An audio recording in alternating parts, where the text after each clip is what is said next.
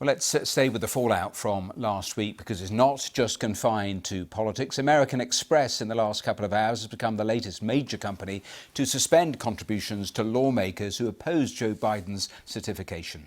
Meanwhile, the financial technology firm Stripe has said it will no longer process payments to Donald Trump's campaign website. And the Professional Golfers Association in America has cut its ties with Donald Trump, removing the PGA Championship from his New Jersey golf course next year. Today, the Royal and Ancient said it wouldn't stage any championships at the Trump-owned Turnberry course. So let's talk now from West Sussex in southern England to Nigel Currier, sports sponsorship consultant. Nigel, welcome here to the programme. So we had that news from the PGA, now the Royal and Ancient, a double blow for Donald Trump.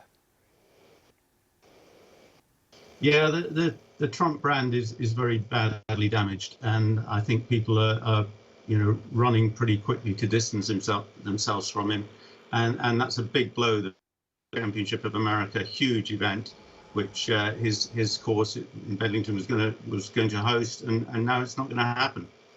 Tell me a little more about the likely thinking, because we've seen large parts of corporate America looking at the events of last week, pulling financial backing for those who oppose Joe Biden's electoral college count on Wednesday.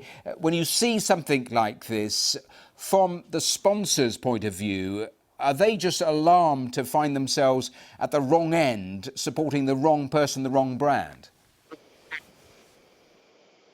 Exactly. Sponsors don't like to be associated with anything that is bad or might sort of reflect badly on their brand. So they are always very keen. They have embarrassment clauses within their contract. So they'll be looking at those and looking at ways at which they take themselves from a relationship which they don't think is positive. It's obviously humiliating for Donald Trump. What about the likely cost implications? Is it possible to make any sort of assessment? Oh, it will run into millions. He owns about 17 or 18 different golf resorts around the world. Very few of them are open at the moment, and these are high-end establishments that run at a huge cost. So, what he's with his different golf courses is establish them and get a reputation. And Turnberry, it doesn't look like we'll be staging an Open for a long time. There's so much competition to stage big events at golf courses. It's much for somebody to turn away and look for a better alternative.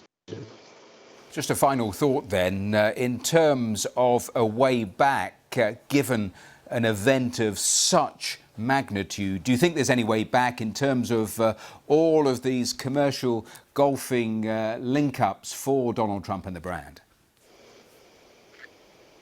No, I don't think so at all. These events take 4 or 5 years in the planning. The schedule and rota for hosting events is planned out in advance. So, nobody's going to even consider Trump in the next few years. And, by that time, we'll have moved on again, and who knows what will be happening. But I don't think we're going to see much support for Trump in the coming 5 years. Nigel, we have to leave it there. Thanks very much for joining it. That particular aspect of this story.